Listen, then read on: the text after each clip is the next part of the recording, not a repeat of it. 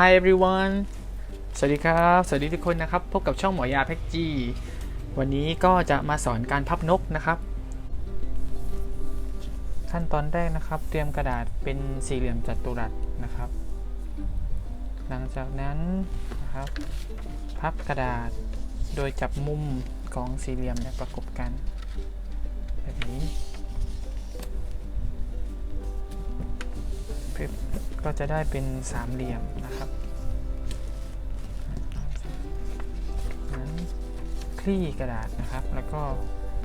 ให้มุมสามเหลี่ยมอยู่แบบนี้นะก็พับแบบนี้ขึ้น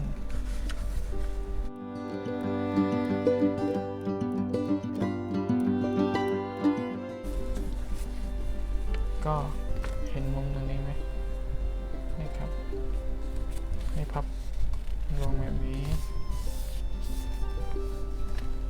ด้านนี้นะก็อันนี้ก็พับลงนะครับแบบนี้ปุ๊บปุ๊บเห็นไหม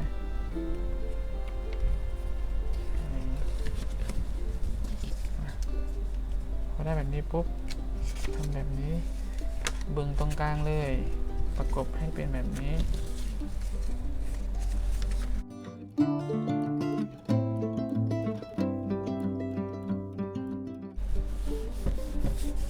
หลังจากนั้นเอาอันนี้ขึ้น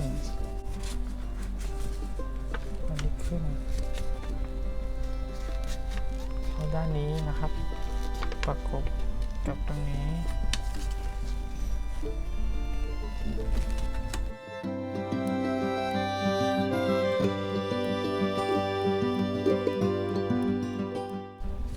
จากนั้นดึงจึ๊บดึง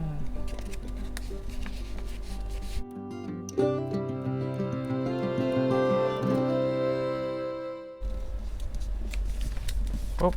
ก็จะได้เป็นสามเหลี่ยมแบบนี้พลิกจับมุมตรงนี้ให้ชนกับ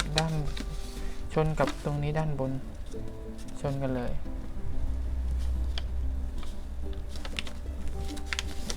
ผมรีดนะครับ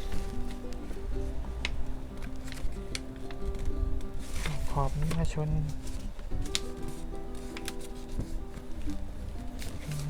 ฝั่งนี้ก็เหมือนกันฝั่งนี้มาชนกับตรงนี้ได้เลย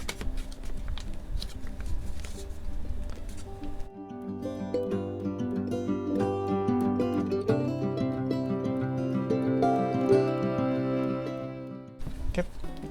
ด้านนี้นะด้านพับโอเคสลับพลิกพับครับแต่อย่างนี้นะจีบด้านนี้ให้ชนกันด้านนี้ให้ชนกันโอเคแล้วก็เอาด้านนี้ขึ้น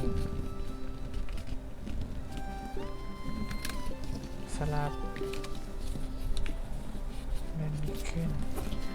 อย่าลืมพลิกอันนี้มาแบบนี้ปุ๊บก็กลางแบบนี้พับหัวนก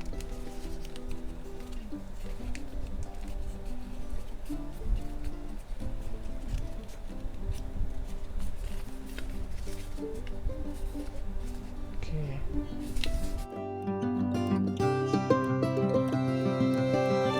หลังจากนั้นวาดรูปนะครับตามที่ต้องการเลย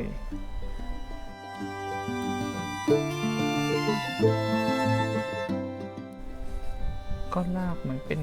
ขนนกอะแล้วแต่ชอบจะแต่งเป็นยังไงก็ได้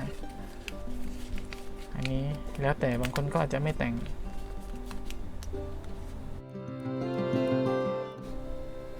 painting you can painting you can paint if you want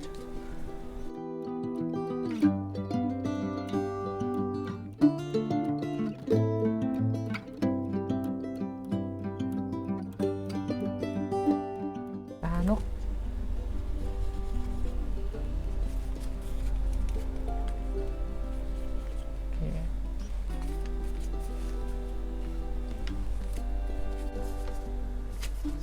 รงนี้มันยังรีบอยู่นะครับก็เราต้องเติมพลังเห็นรู้ไหมครับ is this a hole you can put the air in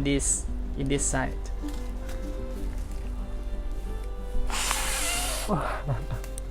เพื่อเติมลมให้กับตรงนี้นะครับตัวนกก็จะพองขึ้น a bird can be accept absolute โอเค